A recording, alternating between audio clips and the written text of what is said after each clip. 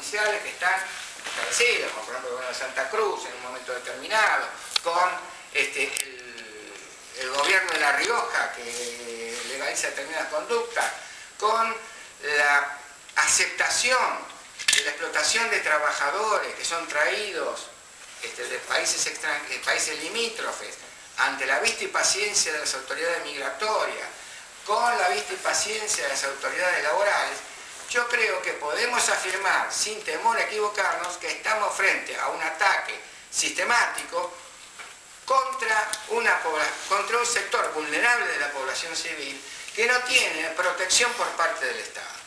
O sea que ese ataque sistemático o cuenta con la complicidad directa de las fuerzas de seguridad que participan en la realización de estos hechos, con la complicidad de los organismos nacionales encargados de hacer la fiscalización de la Policía del Trabajo o la Policía Migratoria, o si no existe esto, existe una omisión tan grave que es equivalente a una acción. Por eso entendemos que se trata de un delito de lesa humanidad que corresponde ubicarlo. Y en esto yo quiero reforzar el argumento, perdónenme que abuse del uso de la palabra, pero hay una cosa que es básica. El tema de la esclavitud fue siempre considerado una cuestión en la que estaba en tela de juicio el concepto mismo de humanidad. O sea, la lucha contra la esclavitud la lleva adelante a partir del siglo XVIII y con éxito una persona que se llamaba Thomas Clarkson. Clarkson es el que, así como Howard hizo la investigación en las cárceles y como Beccaria hizo el libro de los delitos y las penas criticando el sistema penal, Clarkson es el que se mete a investigar el tema de la esclavitud. Él recorre los puertos de Gran Bretaña, revisa cómo son los barcos negreros, consigue ver cuáles son los instrumentos con los que se utilizan para sujetar a las personas y llevarlas y trasladarlas de un lado del otro, la forma que le abrían la boca, le daban de comer, cómo hacían para engrillarlos, él los exhibe públicamente, hace una gran campaña y consigue en 1807 que el Imperio Británico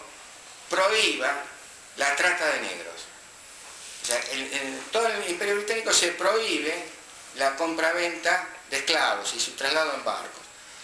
Y en ese momento se considera a los que transportan esclavos negros de África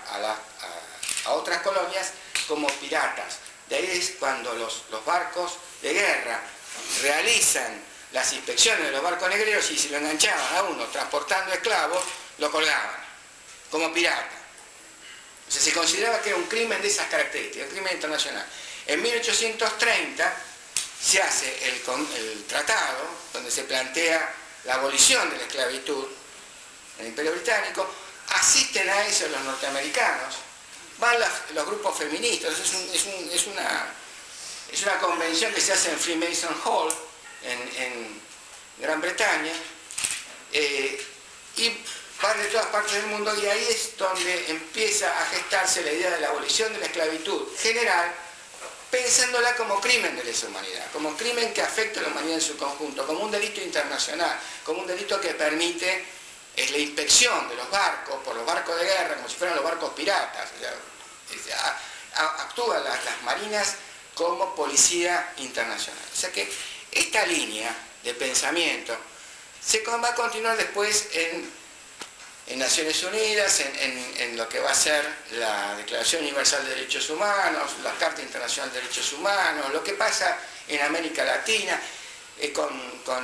la Carta de la OEA, con lo que pasa en la Convención Americana sobre Derechos Humanos. O sea que en línea general, lo que dice la Organización Internacional del Trabajo en materia de trabajo forzoso, es decir, que no estamos fuera del concepto cuando pensamos que la esclavitud es un ataque masivo a la humanidad, es un desconocimiento de la condición humana, es la reducción de una persona a la condición de cosa. Deja de ser un ser humano para ser un objeto de compra y venta. Esto yo creo que es el motivo, la motivación que yo entiendo que justifica esta concepción en Villa María, que no tiene nada que ver con la cuestión de la dictadura, que no no hay que traerla a colación. Por último, quiero señalar que también en Villa María se denunció la situación de los defensores de derechos humanos y se planteó al gobierno que se tomen medidas a los efectos de impedir que se repitan hechos como los que han acontecido con respecto a Sara Torres, a Fernando Mago, a Mercedes Azorati, o hechos que tengan que ver con actos de violencia al respecto de estas personas. Y bueno, y con esto doy por terminada. Muchas gracias.